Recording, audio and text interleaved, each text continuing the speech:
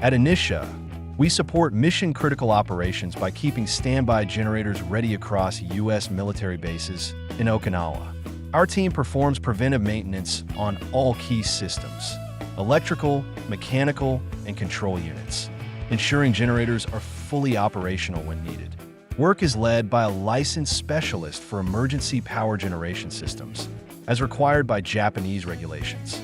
We inspect, adjust, and service every component, from wiring and circuit breakers to engines and computerized controls, following the U.S. military standards. Our focus is simple: reliability, readiness, and safety.